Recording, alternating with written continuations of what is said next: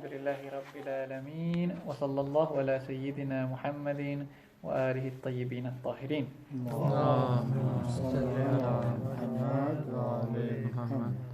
Okay, so you're new here, so whenever you feel like asking a question, just go for it. You can interrupt me. You don't need to wait until the end of the lecture for questions. So we try to keep it a bit interactive, so people don't get too tired. Yes, we were continuing, or we shall continue, inshallah, now with our story of Prophet Musa alayhi salam in Surah Taha. So he's 435. Let's recap a bit from there. So Musa alayhi salam, of course, had come to the cave, had received the revelation, and up to 2 weeks ago we had talked about, it had been a monologue by Allah subhanahu wa ta'ala, where He is telling him, okay, I've chosen you as a prophet, and I am God, and there's a day of judgment, and all these things. And then last week we sort of went into that dialogue portion, so where it goes from the monologue of Allah subhanahu wa ta'ala to the dialogue between him and his prophet. So Allah says something, and then the prophet talks back to him. And very beautifully, as we of course mentioned, the human aspect of the prophet was emphasized here as well. So he was asked, what's that in your right hand? As this sort of, not of course, God didn't know what's in his hand, but as we said, a rhetorical question to get the sort of conversation started, and for Musa alayhi salam to sort of come out of that state of awe. And then of course Musa, being in that state of awe, gave this sort of very long answer. Okay, this is my stick. I use it to walk, and I lean on it when I'm walking, and I hit the trees with it so that leaves fall down for my sheep, and I have other uses for it. And so, this long sort of discussion, starting to actually explain what he uses the stick for, which of course has the purpose of bringing him, as we said, out of that state of awe. And then of course the true purpose of why Allah asked him then becomes apparent, or the second purpose, or the primary purpose, however we may want to call it, becomes apparent when he tells him to throw it down. And of course then فَأَلْقَاهَا, immediately of course the fa in alqaha, we talked about it in great length, about him without hesitation, without understanding why he's being asked to throw it down, he threw it down. And of course we talked about that, how as well as Muslims, if we know that God has commanded something, then there should not be any more that sort of doubt of, okay, why do I have to do that? Of course we can always ask why to learn and to know more, but the why in the sense of doubting it, the satanic why, as we mentioned our example, where Iblis is ordered to prostrate by Allah subhanahu wa ta'ala and says, well, why should I do that? I'm better than Adam. Why should I bow down to someone else? You made me from fire. That sort of why, that's not allowed. But of course the why, where we just want to learn and understand the philosophy and the reason and these, that's fine, of course, as long as it doesn't interfere with carrying out the duty that has been ordered upon us. Anyways, that was a long discussion we had last week. فَأَلْقَاهَا, of course, Musa alayhi salam, being of those who have submitted to Allah subhanahu wa ta'ala without question, without hesitation, threw down his stick. فَإِذَا هِيَ حَيَّةٌ تَسْعَى. Then it turned into a snake, and as we mentioned, physically turned into a snake. Not just seemed like it, because the Quran says, and it was a snake. So it became a snake. Not that it looked like a snake or it appeared as a snake, but it became a snake. And of course, this sort of miraculous transformation is something that startled Musa alayhi salam. And he, as we don't read it of course here, but we read in the other surahs that he of course became scared and ran out of the cave. And then God said, okay, come back, don't worry, nothing to worry about. Be scared of here. And of course we talked about that as well, that is this sort of in contradiction with where Allah says that the prophets only fear him and nothing else. And I said, of course, this is not the sort of fear that is brought about by despair or worry, but rather it's just being startled. So we made the example of shock horror. If I see a movie and someone jumps out of the closet, I might get startled. This is a normal reaction. Doesn't mean I'm really afraid.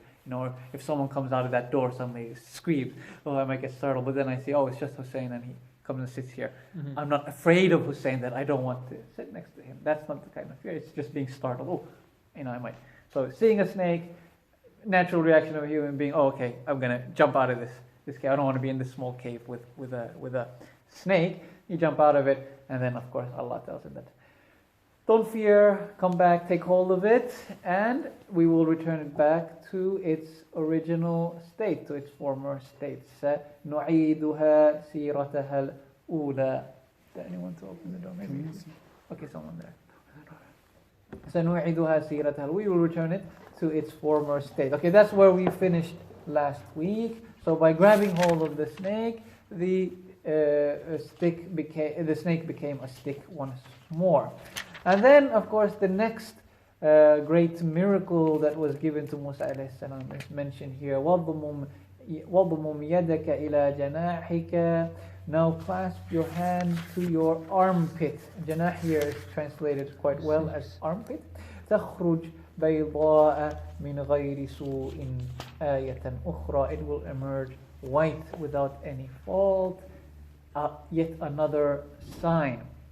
Of course, janah literally can mean the wing of a bird, but here, of course, it means the sort of under your arm. So if the arm is compared to a wing, then here it's meant not that he had wings or anything like that, but rather, if this is, I'm considered this my sort of wing, then putting it under my arm. It's more clear in other verses where we read the same story of Musa alayhi salam, where instead of janah, Allah uses the word jayb, your sort of pocket.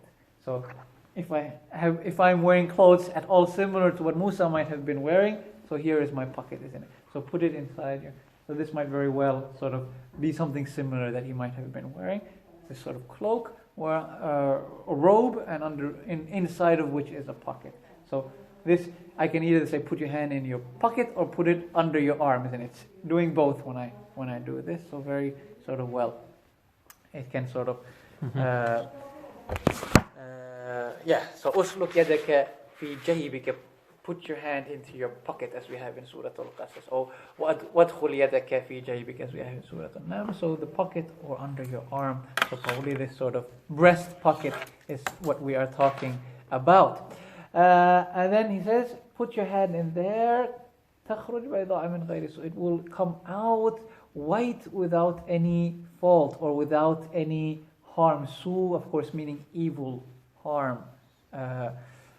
Here translated as fault, which is a translation, but we're going to see that actually there's different possibilities for what su might mean here. Of course, bayda literally means white, and the most classical interpretation of this verse, both are classical interpretations. That's not but maybe the more common interpretation for this verse is that according to some narrations, Prophet Musa alayhi salam had a disease called baras.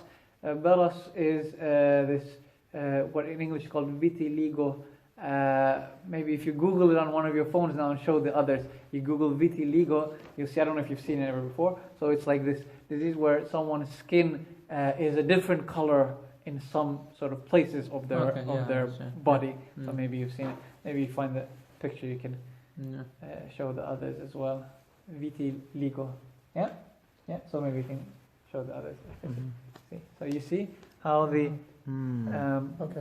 splotches of the skin is turned into different. So they say his hand had this. So of course, it depends on the person where they have it. Some people have just one or few spots here. So they say his hand had this baras, the disease of vitiligo, and when he put it in his pocket and then he drew it out, it no longer had that sort of baras. So it became sort of it became white again. So if we assume he was fair of skin, then this baras would have made it dark, and then he put it in and it came out white without this sort of disease. Min ghayri su'in, without any evil here, meaning without the disease of vitiligo, isn't it? And this is mentioned by many of the sort of early mufassirs, such as Qatada, Mujahid, and Ibn Abbas, that for example in Tariq al-Tabari he mentions these, and he says فَادْخُلْ يَدَكَ فِي جَيْبِهِ, enter your pocket in your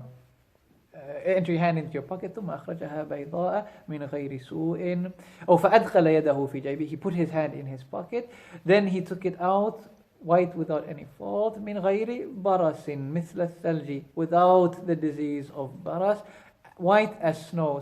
ثم ردها فخرجت كما كانت على لونه. Then when he took it out, it was as it had been before. The color returned to how it was.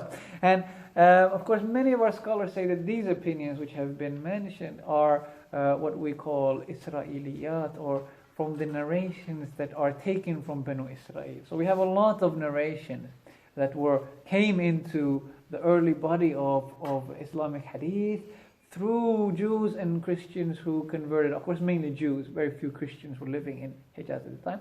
So the Jews and Christians who converted to Islam, so they had knowledge of their own scriptures. So any places where the Quran didn't give details, well, they had their own knowledge of the Torah, of the Bible, and they would bring that with them. And then these then became attributed to the Prophet Muhammad ﷺ in sayings later on. So of course, the most famous of these is Ka'b al-Ahbar, the sort of, literally Ka'b al-Ahbar means the prominent rabbi. Yeah? So he was a prominent rabbi amongst the Banu Israel. What? Kabbalah? A rabbi is like a priest of the Jews. No, but I mean the Kabbalah. You mean Kabbalah. No, Ka'b al-Ahbar. Ka'b literally means prominent. And Ahbar means the rabbis. The prominent one of the rabbis. Not Kabbalah, that's different. That's the book of the Jews. Yeah. His name was Ka'b al-Ahbar. I don't remember his actual name. This is how he was known as. So he, of course, transmitted a lot of his sort of own knowledge, and many of these are then brought into the books, especially in the books of Ahlul Sunnah, but even in our books, many of these have then later on been attributed to the Imams, etc. Which are, of course, narrations taken just straight from the Torah or the Bible. And in the Bible, when the story of Musa alayhi salam in the cave is told in Exodus 4:6, here's the translation. Again, the Lord said to him, "Put your hand inside your cloak." And he put his hand inside his cloak, and when he took it out, behold, his hand was leprous like snow. So it became, with this vitiligo, white as snow. So very, you can see, compared to what Tabari said, like word for word, just taken from the Bible, isn't it? So the what is mentioned there is like in the Bible. Of course, that's one opinion that's mentioned by many of the classical mufassirin, and even some modern ones, they accept this. However, we have another opinion which is also based on narrations. For example, a narration from Baqir alayhi salam, where he says, فَأَخْرَجَ يَدَهُ مِنْ مُدْرَعَتِهِ بيضاء لها شعاع كشعاع الشمس يغشى البصر. He took his hand out from his pocket, and it was white, and it was shining like the rays of the suns, sort of enveloping the eyes, or making the eyes, overtaking the eyes. So this is one opinion is based on this narration, that no, there was no disease of baras, because of course they say that, is this really a comparable miracle to turning, a snake, a stick to a snake? Then, I put my hand in my pocket, oh, it's white, and then I put it back, and it's more like a parlor trick, isn't it? So they say, of course, this is not very appealing as a miracle.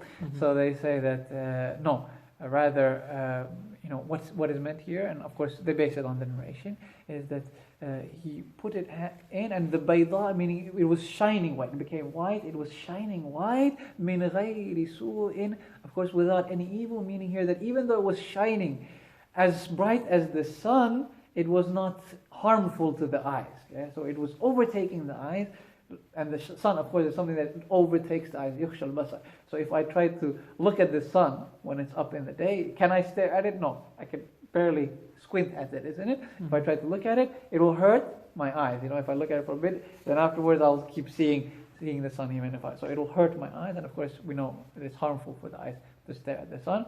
So he said that here it was shining as bright as the sun. However, it was not harmful to the eye, so that people could look at it, they could see it, and they could see that the light is coming from that hand. They could look at the source of that light without sort of harming their eyes.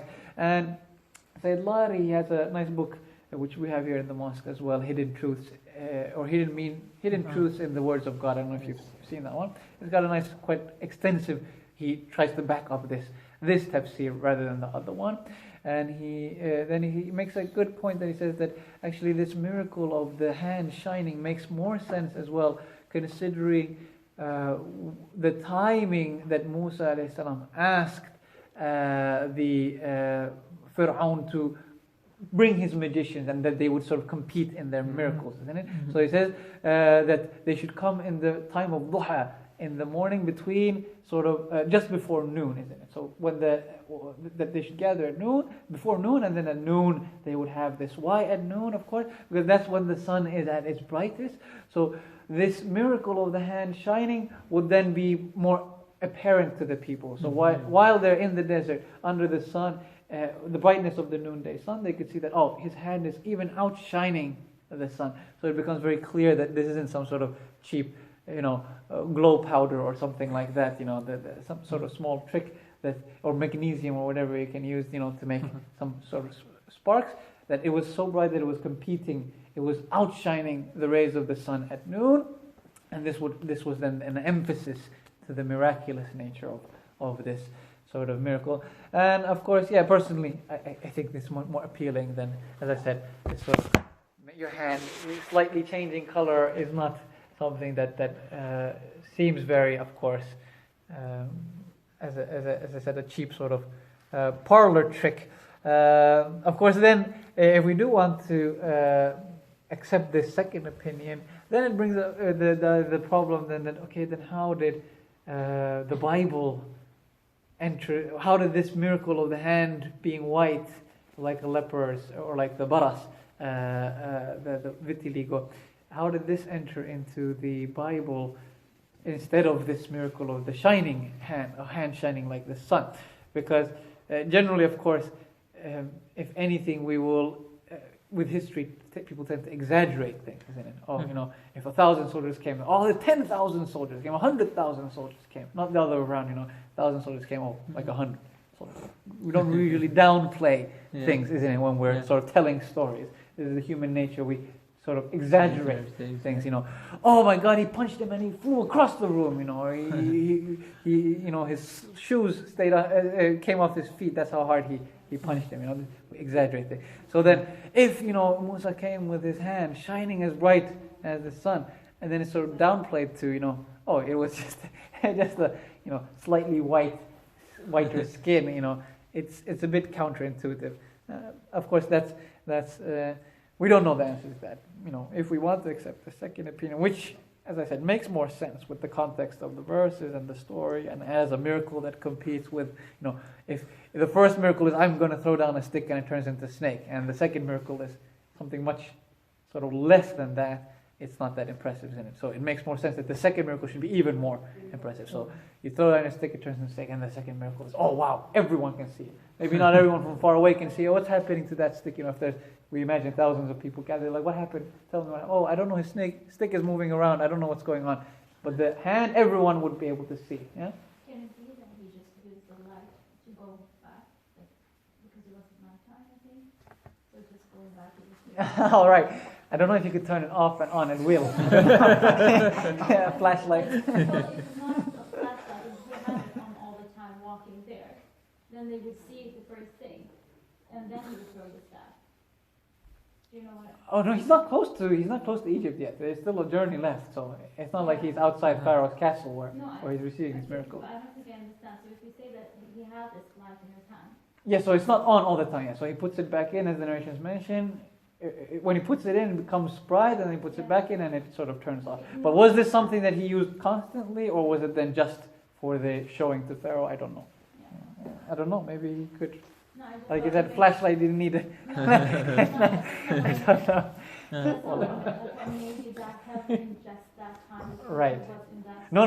Obviously, this as Allah says in the next verse, that these are then to be taken, these signs are to be taken to Pharaoh as miracles, isn't it? Yeah. So these weren't just for, like, oh, I understand what you meant. Like this was just given for finding his way back. No. So these were, of course, given as miracles. لِنُرِيَكَ, as we have in the next verse. لِنُرِيَكَ, which we're here now. لِنُرِيَكَ مِنْ آيَاتِنَا الْكُبْرَى, that we may show you some of our great signs. اذهب إلى فرعون. Take these. Go to Pharaoh. Of course, logically, take these signs. Go to Pharaoh with these signs. But I think then in that case, the second one makes more sense, because then many people wouldn't even know that he had that whatever disease. I mean, he had, maybe it was not, he had it or he didn't have, but this is something which is like quite evident. Yeah, I know, right? Is it not, especially if it's limited to just your hand or something like that? Mm-hmm. Yeah, as I said, it then just leaves the problem of how did it enter into the Bible? Because I said it's quite counterintuitive that it would sort of then be downplayed like that. Maybe some people wanted to downplay the miracles of Musa. Maybe he had the same that both could be true actually. Mm. So maybe he had that disease as well, but when it started shining, it's interesting. When it started shining, then the thing. Then later there was a confusion between these two. Both, of course, thousands of years, anything is possible, isn't it? Things can get lost in time, so to speak. Yeah. You are saying that it's written with these classical narrators that there was no fault and then, there was this fault and then it came out without that. Yeah, min ghayri su'in, it came out without the fault. Yeah, or some say the other way around. He put his hand and it came out with baras.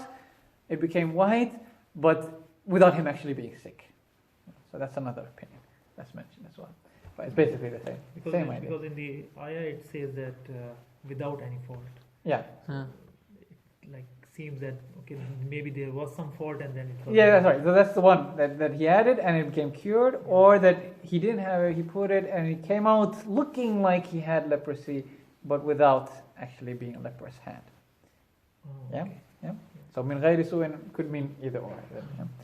Or maybe it can also mean like a shining light which is not dim at all, like a light that goes everywhere without a dark fringe or dark spot in it, without any fault. Yeah.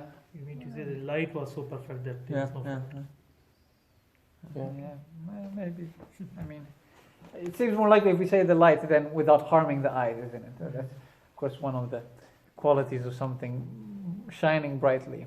And, of course, that's then we can also accept the hadith as well, that's mentioned there.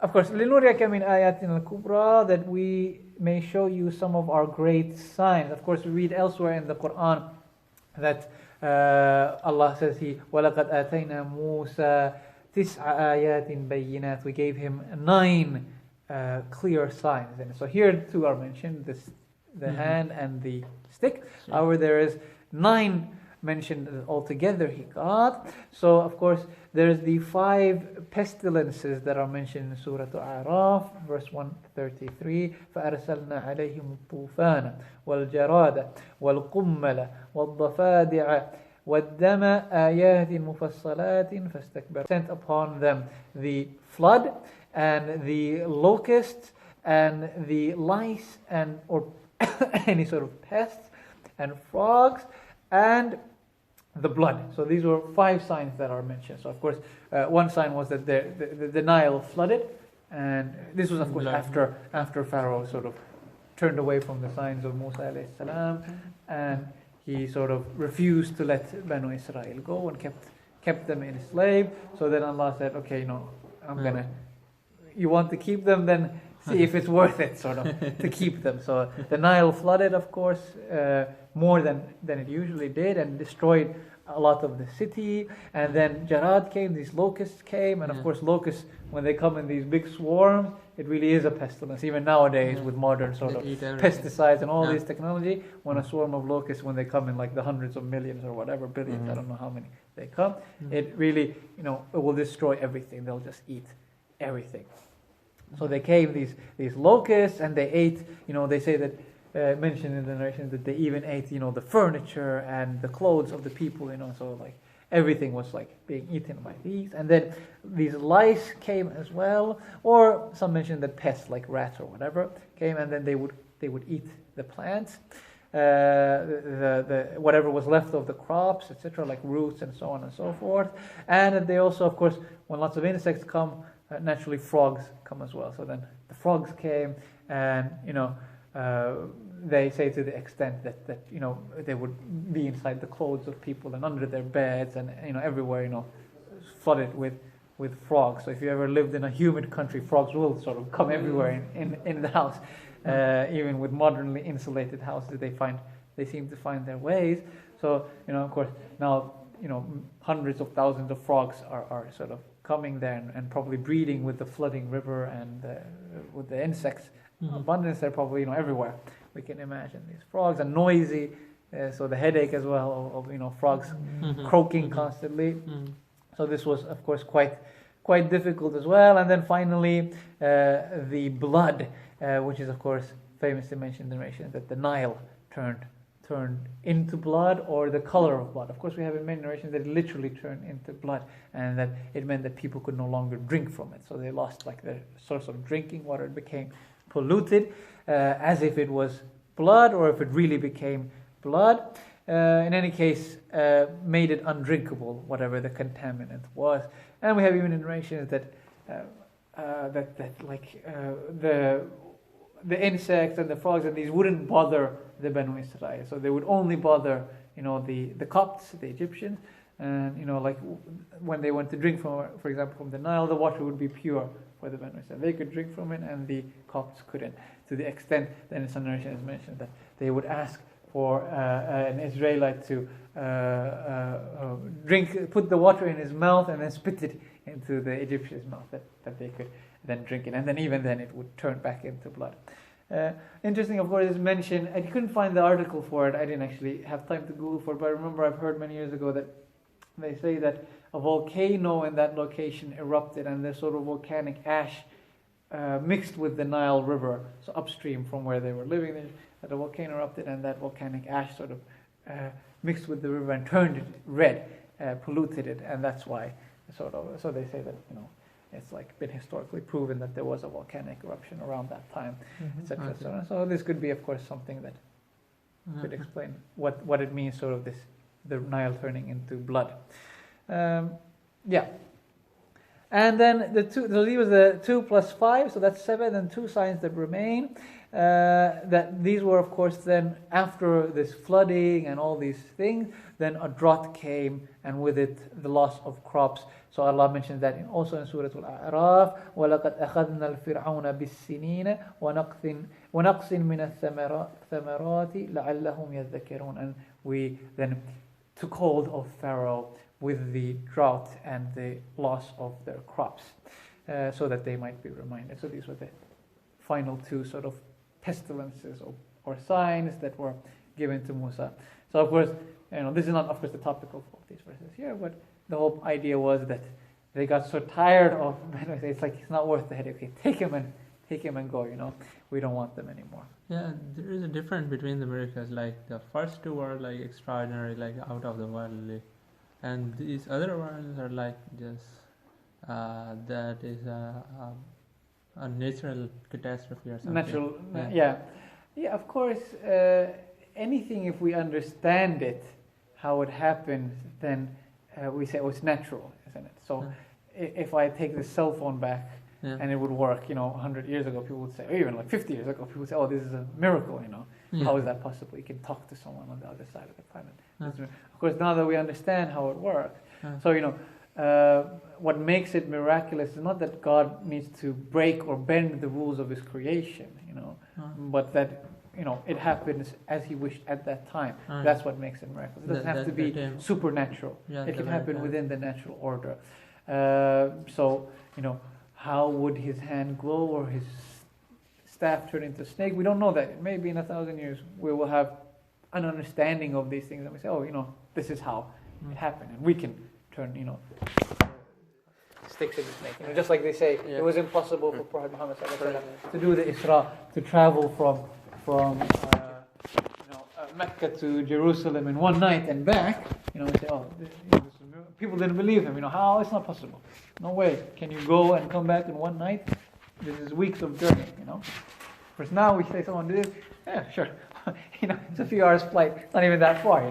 We can fly all the way across the globe in one day.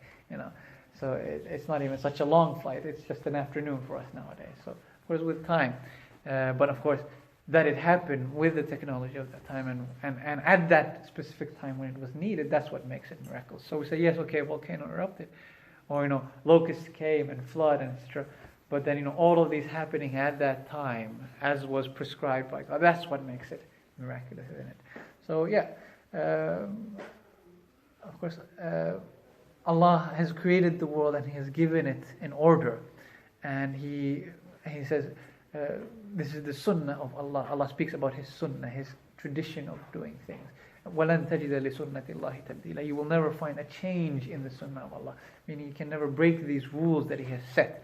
When He's set the rules of the natural world, nobody breaks them, not even Him. So for all of these miracles, probably we can find someday, explanations of how it happened within the natural order of things. But that doesn't bring them out of the miraculous nature, And it doesn't mean that God didn't cause them. So just in the same way, for example, nowadays we talk about evolution. Is it contrary to God creating us? So God has created me, but I still came about through natural causes. I still had parents, and they had parents, and so on and so forth. And I was carried in the womb to term, etc. And I was born.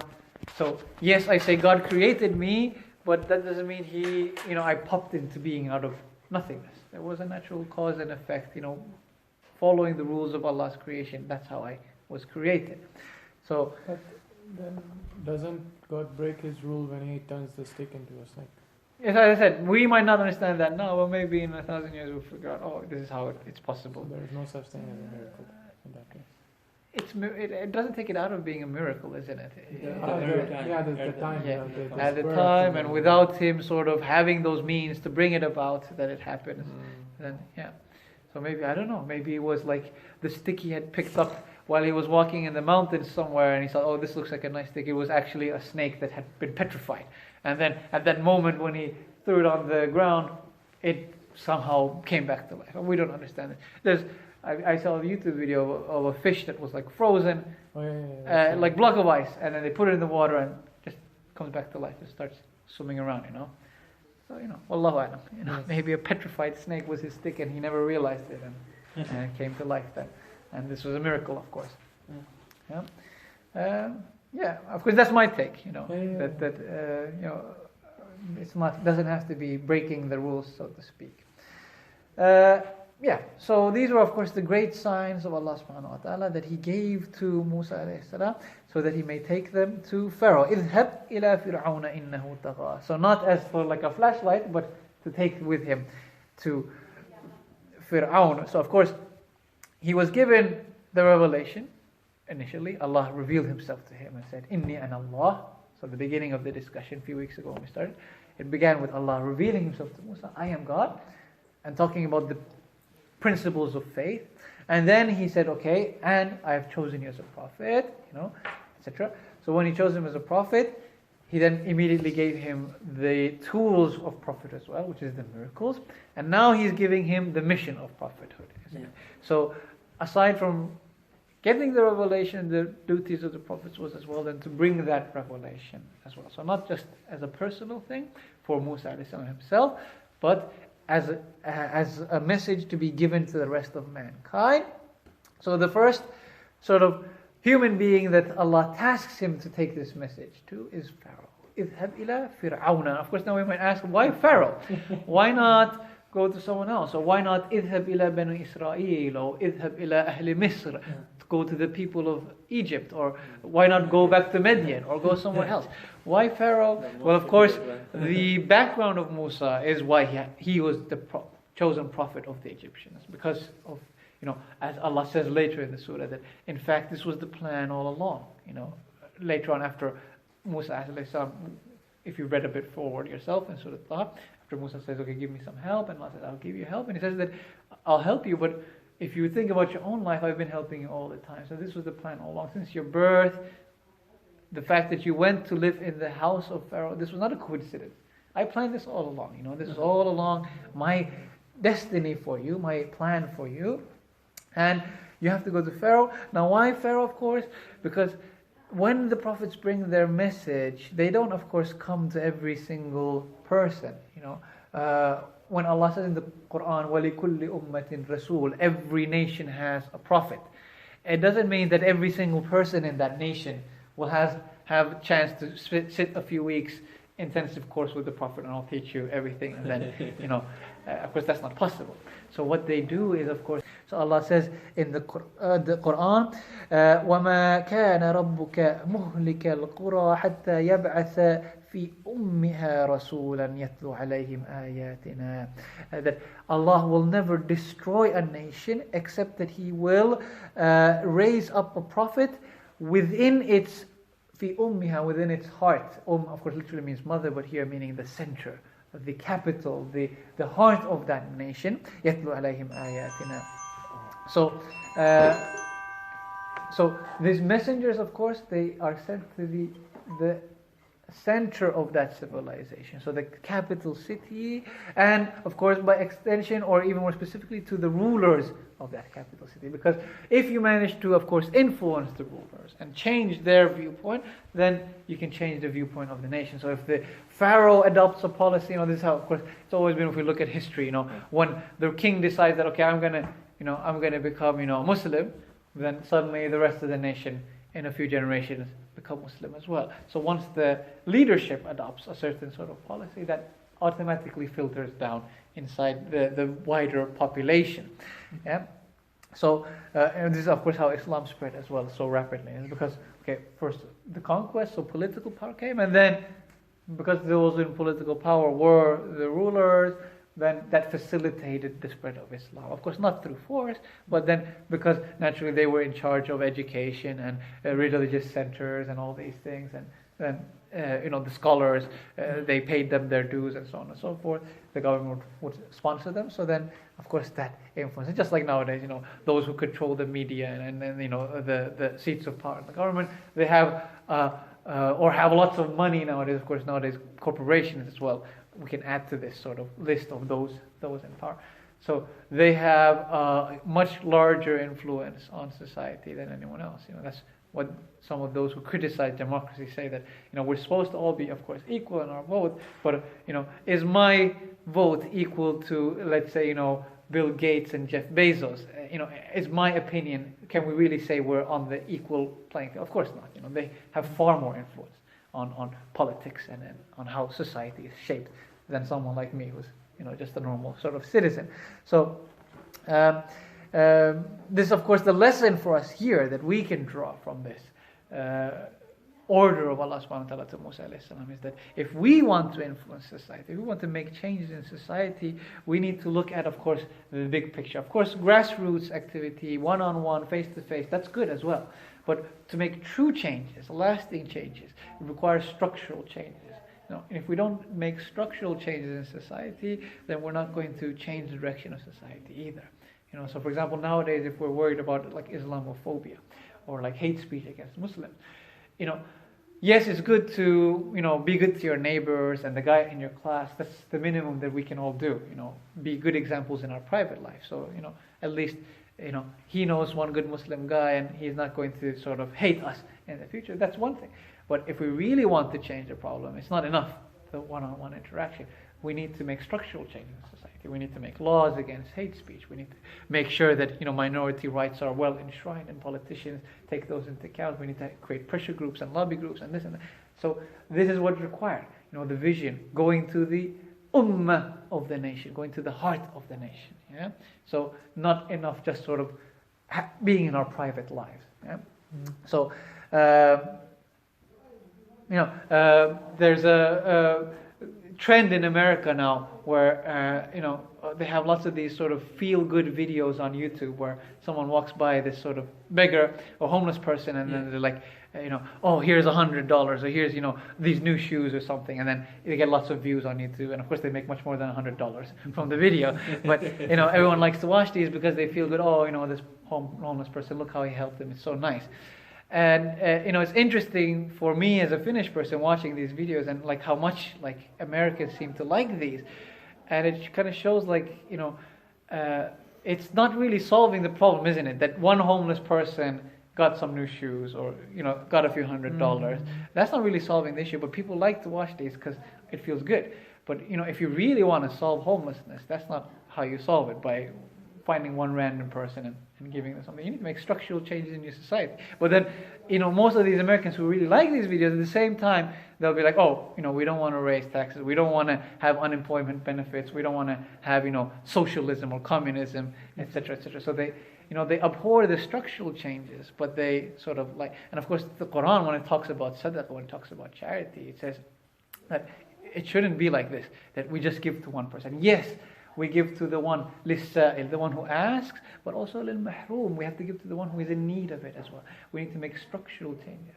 Or Allah says in the Quran about those who are in hell, He always describes them with two qualities. One is that they deny God and His signs, and the other is that وَلَا يَحُضُّونَ عَلَىٰ طَعَامِ الْمِسْكِينِ, they never encouraged the feeding of the poor. Not that they fed the poor, not that they gave their own charity. Aside from your own charity, you have to encourage the charity. What does that mean? That means make the structural changes in society, so that the hungry are fed, so that there is no one who needs to come and ask you, cure the actual problem in the situation. Or when he talks about why we have to give khubs, لِكَيْ لَا يَكُونَ دُولَةً بَيْنَ الْأَغْنِيَاءِ مِنْكُمْ, so that wealth should not be something that just passes hands amongst the wealthy. Majority of the wealth is concentrated nowadays, as it was in the past, in the few people in the very top. And the rest of the society has, let's say the 50% of the wealth, as they say nowadays, is owned by like the richest 100 people, or even less nowadays. It keeps shrinking the size of the wealthy class. So this should not how it be. The wealth shouldn't be like that. Make sure that by taxation, by taking alms from their wealth, that the wealth becomes something that it's for everyone to share. Or I remember going a bit long into this, but it's an important point, isn't it? I remember when after like the tsunami in Indonesia many years ago, there was this Khaliji, maybe Saudi or Emirati or something, like prince or something, royal family guy. He went there with like a briefcase with like $1 million, and then he like went to some village that was hit by the tsunami, and he started like giving out wads of money and he was like flooded in the video, like people were just coming and trying to grab as much money as they could from him. And of course, the foremost thought that comes to mind is like, is this really helping? If you wanted to help those people, you should have used that $1 million, to set up some sort of charity, to give food and shelter, etc. Now few people got a few $10,000 and they got the help, but then what about the rest of the village? So, and it's just going to create, probably maybe that guy who got 30,000 from you, tomorrow night he's going to get murdered for it. Really, like you have to. So we shouldn't be short-sighted. So Allah's vision is not short-sighted. He tells Musa right away, don't think of yourself as small. Don't have small objectives, small goals. Go aim for the top. Put your goals up high, isn't it? Idhab ila Fir'aun. Go to Pharaoh. Don't say, I'm going to go to the people. Okay, I'll go to the people and I'll talk to them. Let's see. Maybe if they're with me, if they support me, then I can go confront Pharaoh. No, you go to Pharaoh. You go straight away. Don't be shy. Hanging fruit. What? Not the lowest hanging fruit. Yeah, don't go. Of course, that's the easier way. We say, okay, let's see if other people are with me. Maybe if I get a few hundred people with me supporting, then we can go and talk to Pharaoh and say, hey, we have something to tell you, isn't it? No. So go straight away to the Pharaoh of your time. So as well as us, for us as well, isn't it? When we want to deal with the problems, we take the bull by the horn, so to speak. Go to the Pharaoh. Don't be afraid to go to the root of the problem. So we have the famous narration from Prophet Muhammad sallallahu alaihi wasallam. أفضل الجهاد كلمة العدل عند سلطان جائر. The best jihad, the best struggle in the way of Allah subhanahu wa ta'ala is to say the word of truth in the front of the tyrant ruler. So this is, of course, go straight to the tyrant ruler. Don't sort of be shy of speaking to him as well. He's a human being. He is also one of my servants, Allah says, and he is no higher than anyone else. He might think of himself as higher, but in the end of the day, he's a human being just like you. He can die from the same sicknesses, and he eats the same foods, and he lives the same way. He needs the same sleep. Don't think of him as God. Of course, Pharaoh wanted to trick the people. I'm God. I'm not like you. And this is what the ruling class has for long tried to make, that we are higher than you and you can't touch us. And that creates the illusion, okay, because we can't touch them, then that's how they maintain their power. Otherwise, it's just one man. His power is his influence over other people. Break that power. Break that illusion. And of course, اذهب إلى فرعون. He gives him the signs and he says, go to Pharaoh. The power of Pharaoh, as we said, was the power of that illusion. And he gives him these signs, break that illusion in front of the people. That's why Musa alayhi salam, we see later in the story of Surah Al-Taha, probably won't read until there anymore, but he says, gather all the people. Gather all the people in front of everyone. I will show that you're just you're just an illusion. Your power is not real. So by these signs, he breaks that illusion, and that's how he can, of course, change the opinions of people. Of course, Pharaoh and the people like Pharaoh, they won't change their minds, but those who are, of course, open to the guidance of Allah subhanahu wa ta'ala, once that illusion breaks, then their hearts can then receive that guidance from Allah subhanahu wa ta'ala. So as we see, for example, the magicians, they immediately then submitted to Musa alayhi salam, even at the pain of death.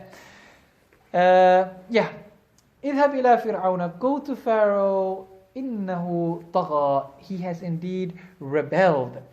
Of course, طغى, طغيان, means to exceed the boundaries set by Allah subhanahu wa ta'ala. So a rebellion in the sense that, not that he was a rebel, of course he was the ruler of his country, but a rebel in the sense that he was a rebel against his ruler. He was a rebel against his true king, which is Allah subhanahu wa ta'ala. So if we break the boundaries of God, then we are all, of course, from those who have rebelled against Allah subhanahu wa ta'ala.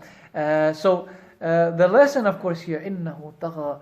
Allah says, why go to Pharaoh? Why he must be spoken to, aside from all the things that we talked about? إِنَّهُ طَغَى. He has broken the boundaries set by me. That's why he must be put in his place. If he was a good ruler, let him be. He's doing his thing. Yeah. But no, go to him, because he is إِنَّهُ طَغَى. He is breaking those rules. So there's nothing wrong with having rulers. Allah is saying nothing wrong inherently with having a pharaoh, having a ruler. Leadership is important for society. Yeah? Having a king. But the problem is the king that breaks those boundaries set by Allah subhanahu wa ta'ala. So be a king, but be a king like Prophet Muhammad sallallahu alaihi wasallam. Be a king who does not let the authority and the power over others take him out of the boundaries set by Allah subhanahu wa ta'ala. And of course the lesson for us here is that before we want to go to the Pharaoh of our time and speak to him, we have to remove the Pharaoh from within ourselves, the rebel within ourselves. So the tughyan in our hearts must be purified. If I have tughyan, if I have rebellion in my own heart, I go and I speak to Pharaoh. What's the use, isn't it? And of course, that's why Musa alayhi salam, it's not mentioned here, but he immediately then asked Allah subhanahu wa ta'ala, help me. Because I killed a person there, they think of me as a sinner. They think of me as a rebel. وَلَهُمْ عَلَيَّ ذَنْبٌ فَأَخَافُ أَنْ يَقْتُلُونَ. They have a sin that they hold over me, and I fear that they will kill me. And so because we know from the story, Musa probably how he sort of killed that man in Egypt and then he had to leave. Yeah. So they said, oh, he's a rebel, isn't it? He is the tughyan, he's the taghi, not Pharaoh. Pharaoh is following the rules, isn't it? But it's Musa, he's the one who's broken the rules. So, I'm afraid that, you tell me go to Pharaoh, innahu tagha, he's broken the rules. But now they're blaming me, I don't have that good reputation that I should have there. But Allah says that, of course, don't fear. We will make the truth evident to everyone. Yeah. But then what is this fear? Isn't this fear, how is this fear different from the one which he had when he ran away from the cave? Of course, fear in the sense of not that he's afraid of doing it, as we shall see, but fear in the sense that I am not in the best state to do this. And of course, this is the theme of Surah Al-Taha, isn't it? And we started with this theme, that the prophets always had, they never let their status become a point of pride like Pharaoh. So opposites, isn't it? Pharaoh, his status became a point of pride, which he falsely elevated himself up high. But for the prophets, their status, the more Allah raised them, the more humble they became. So Allah is saying that I have chosen you as my prophet, and I've been with you there all the time, and so on and so on and so forth. I'm giving you these great songs. His reaction is not like, oh man, okay, I'm the man. His reaction is the opposite. Right away, it's like, but me? How can he choose me? I'm not worthy of this status. And that's the theme of Surah Taha. We started Surah Taha. What did we start with? Taha ma anzalna alayka al-Qur'ana litashqa. We did not reveal the Qur'an to you that you should be worried, that you should be sad, isn't it? So the story of Musa alayhi salam is all the time, of course, tying into that theme. This is, of course, a reminder, the story, not just to us, but to Prophet Muhammad sallallahu alaihi wasallam, that about his mission, that what you are supposed to be doing, that don't be worried. Musa had these same fears as well. If you think you don't have a good enough reputation amongst your people, or that they don't regard you highly enough, or you don't speak eloquently enough. Of course, next we'll come to the eloquent speech of Prophet Musa alayhi salam. But look at the example of Musa alayhi salam. Was he not a beloved prophet of mine? Do you not believe that he was of a high status? That he was worthy for his mission? So of course, you can always criticize yourself, and that's what humble people do, but you don't criticize others, and you respect the others, isn't it? So, with Musa, he can't say, no, Musa was not worthy. Said, of course, Musa was worthy. Then why do you have this sort of fear in your heart? So not that sort of fear that you think that he will run away from his task, but no, the fear that, am I not good enough? Like when Hazrat Musa was, when he saved the guy, and in saving the person he killed the other one. But this in reality was not considered a crime, right? It was considered a crime by the Egyptians, isn't it? Of course, what's lawful and what's moral are two different things. So the law of Pharaoh is not the same as the law of God, which Allah will make abundantly clear, isn't it? He's saying that they were oppressed there. The people of Musa alayhi salam were oppressed there, wrongly oppressed, and that they defend themselves is not right. Easy example we can draw nowadays: Palestine and Israel. So if you listen to the Israelis, the Palestinians have no right to defend themselves, even though they are harassed and put into prison as children, and they have no rights, and it's a complete apartheid state. If a Palestinian dares to defend himself, nay, forget about Palestine. If we here say that we try to defend by our words even the rights of Palestinians, we are also criminals. So now in many states in America, boycott, divestment, sanctions. If you say, I want to boycott the state, I want to boycott the state of Israel, it's a crime. They've made it criminal. If you say, I want to boycott it. So what's moral and what's legal are two different things. Yes, the law of Pharaoh said, if an Egyptian is being beaten to death, if an Israelite is being beaten to death by an Egyptian, he's well within his rights to do so.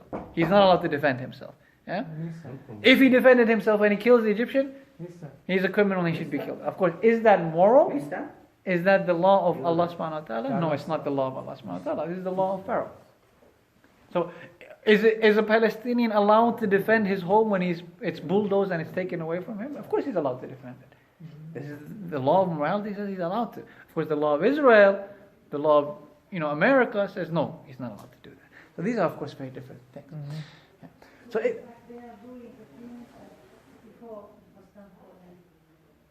Yeah, of course. The lesson for Banu Israel, of course, Allah speaks a lot to Banu Israel and reminds them of, did I not favor you, and did I not give you all these blessings, and did I not save you, and why are you sort of disobeying me, and why are you turning away from the law of God, and sort of coming up with one thing. But of course, human beings.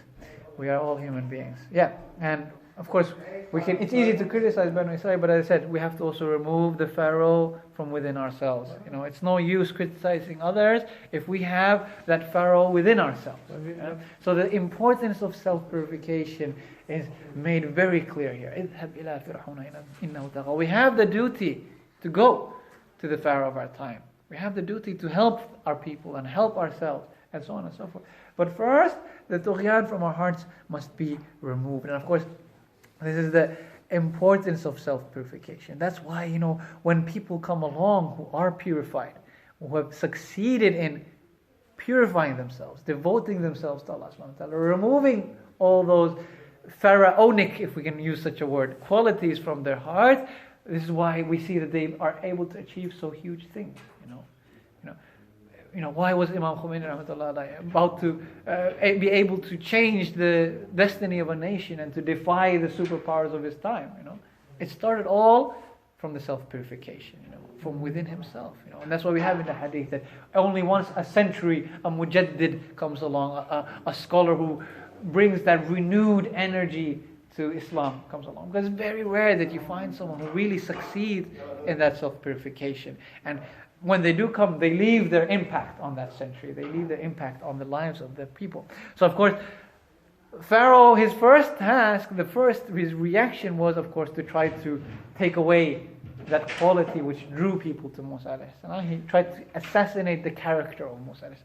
The same which they did with all the prophets, with our prophet as well. Immediately, as soon as he began his call, what did the Quraysh do? They gathered and they said, okay, let's think about what we're going to say about him. How should we say he's gone crazy, or should we say a jinn has possessed him? Should we say he's a magician? Should we say this? Should we say that? He's a liar, he's sick. What should we say? So the character assassination begins right away. So Musa alayhi salam, when he comes to Pharaoh as well, right away the character assassination began. The first reaction of Musa, we don't read it in Surah Taha, but elsewhere in the Quran, وَفَعَلْتَ فَعَلَتَكَ الَّتِي فَعَلْتَ وَأَنْتَ مِنَ الْكَافِرِينَ. Didn't you do the crime that you committed and you were amongst the disbelievers? Why are you here coming to blame me? You say I am the rebel, I'm the one who has broken the laws of morality. You're the murderer. How dare you come and talk to me? So of course, this is the immediate reaction, isn't it? So if I want to go and speak, I should be clean before I can go there. If I go as a sinful person, then it's not going to have that desired effect. Yeah, and then of course this all ties in very naturally to the dua of Musa alayhi salam, where he asks for Allah to open his breast for him, or his chest. Rabbi shrah li sadri. I wanted to do that today, this dua, and then we finish with that, but we're unfortunately out of time. So inshallah we leave it for next week. وآخر دعوانا أن الحمد لله رب العالمين وصلى الله على سيدنا محمد وآله الطيبين الطاهرين. اللهم صل على محمد